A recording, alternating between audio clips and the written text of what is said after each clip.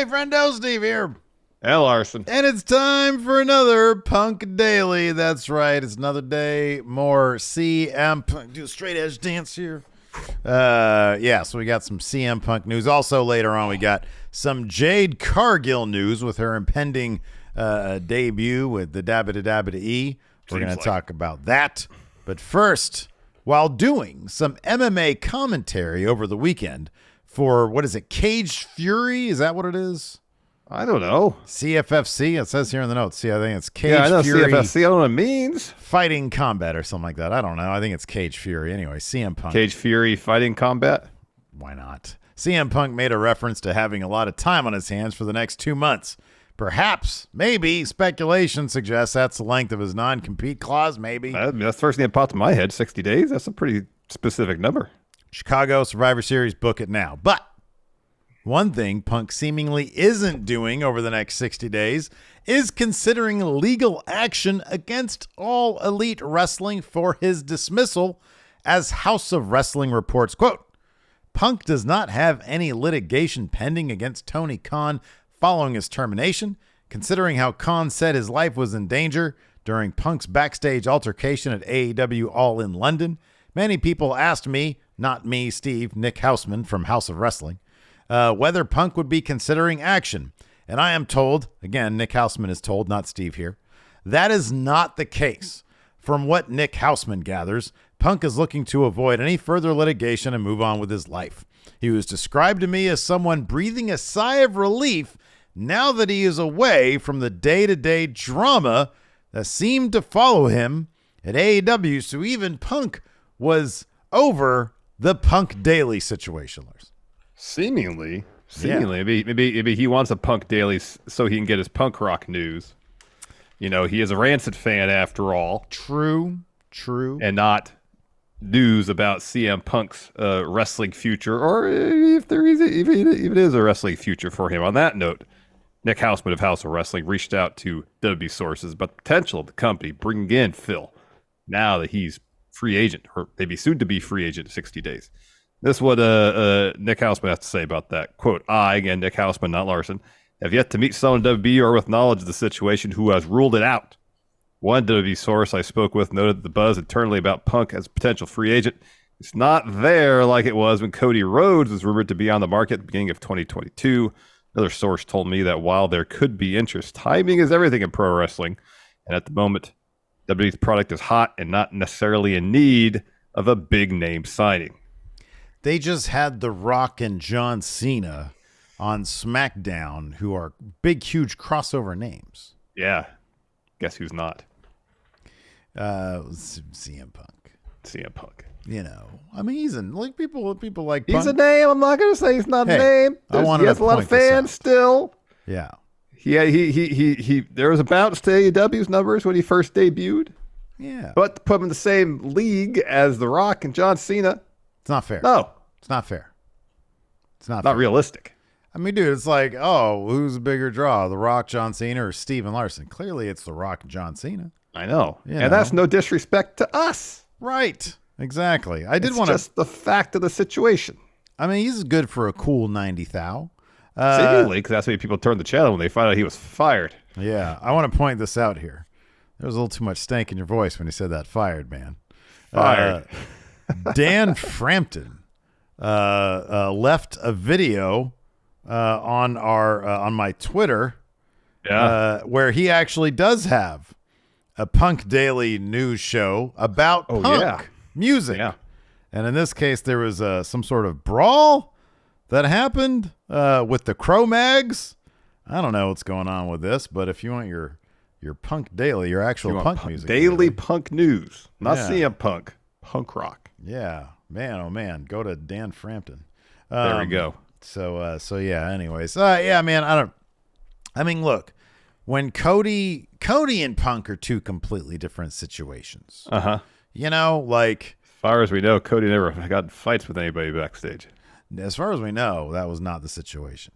And on top of that, like, again, Cody, he went away, he came back as sort of a different person. Seems like Phil just came back to AEW just older and grumpier and grislier, and he'd be coming back to WWE even more so. Yeah. But yeah, I wonder if it would be a different situation. All snark aside, Larson, if Who's being snarky? If their situation was like it was like in, I don't know, 2019 WWE just wasn't doing that great. It was kind of crap, It was kind of in the shits, is what you're saying. It was kind of in the shits. If they were in the shits, do you think they'd bring Phil aboard? I think they'd be more likely to consider it as opposed to what's going on now, where firing all cylinders, shows are selling out left and right, record-breaking houses every show they have. Like, is CM Punk really going to push them to a whole nother level by bringing him into the company? Probably not. Probably not. Yeah, probably not. And if that's the case, is it really worth the risk to disturb, which by all accounts, we haven't heard of any issues backstage in WWE. It seems like it's a fairly harmonious environment. Do you risk messing with that just to get kind of like a 2 or 3 week maybe jump in ratings? It's interesting because back in 2018, 2019, when CM Punk was appearing on Backstage, we had heard, and we'd subsequently heard, that Fox was pushing WWE to sign CM Punk. And maybe the situation is too fresh right now, but we haven't heard that. And I wonder if it's because, well, on any given week, we could get The Rock to show up, or we could get John Cena for like a 2-month tour. Yeah. And even when they're not there, things are going pretty good. Like, they have actually built their current roster into a drawing roster. And so, yeah, I just don't know that you want to, maybe if he was completely drama free and a free agent, maybe the situation would be different, but he doesn't have a lot of leverage seemingly with WWE right now. No. Because business is doing pretty good for them right now. So yeah. I don't know how much he himself is going to bounce it up to another level. I just don't know. I mean, all we have to go by is what we've seen recently in AEW, and Collision could barely get 500,000 viewers. Yeah, I know. You're right. So, he was not the biggest draw in Collision. That went to MJF and Adam Cole while they were doing their shtick. So yeah, I don't know. It'll be interesting. But on the other hand, maybe WWE's thinking, hey, we're going to push everything. Hey. They're in the middle of negotiations right now. Fox doesn't want to pay all the money. And so maybe they're thinking, hey, we want to put everything we can possibly have behind what we have going, and Punk from an on-screen business perspective can't hurt things. Yeah. Maybe if Fox is like, hey, back in 2019, signed CM Punk. It's 4 years later. Now's their opportunity. Maybe they sign CM Punk to appease executives at Fox. So Fox will be like, all right, now we'll pony up the money you want for SmackDown. So SmackDown stays on Fox. There's like a huge CM Punk fan at Fox, maybe. I don't know. Maybe. Yeah, it could like be. The whole crux of the deal is bring Phil in and we'll give you the money you want. Yeah, then they bring him in. Yeah. Let's talk about this. He is one Bill Phil, actually. Jade Cargill, somebody WWE is bringing in. We might have like her start date revealed. So following, actually, you know what? You want to do this one, Larson? Because I did the last. Sure. So following what appeared to be her final AEW match on last Friday's Rampage against Chris Statlander, everything seems to indicate that Jade Cargill is heading to WWE. Sunday, PW Insider reported, quote, in an update on Jade Cargill, her AEW contract believed to have expired. WWE sources have confirmed to PWInsider.com that Cargill is slated to be at the Performance Center Orlando this coming week. And then an update stated today, Jade Cargill is currently in Orlando, Florida for WWE. Fightful Select wasn't so specific. They just said that Cargill is scheduled to be in Orlando this week, visit Performing Center. But as of now, she isn't scheduled to appear on Raw tonight, Monday, or NXT tomorrow, Tuesday. On the latest Wrestling Observer Radio, Dave Meltzer talked about what WWE Creative might have in store for Jade when she makes her eventual debut. These transcripts come to you from Wrestle Talk. That's what Dave had to say. Quote, they've already started working on creative for her. I heard that yesterday when I was asking around about it. Is she locked in? And she wasn't locked in, but they've been talking about her a lot. It's not like this is just some minor thing to them. It's a big thing to them. She'll get a focal push because the money to take to get her, you have to give her a chance to get over because they're not paying what they would pay a normal person to start there. It's not like it's Charlotte Flair money or anything like that or Becky Lynch money, but for a newcomer to the company, it's much higher than they usually go, so she got a good deal. They're talking about her a lot more than they would talk about someone that they brought up from NXT. She ain't going to be Tegan Nox or somebody who's brought up or Candice LeRae that's just kind of brought up in there.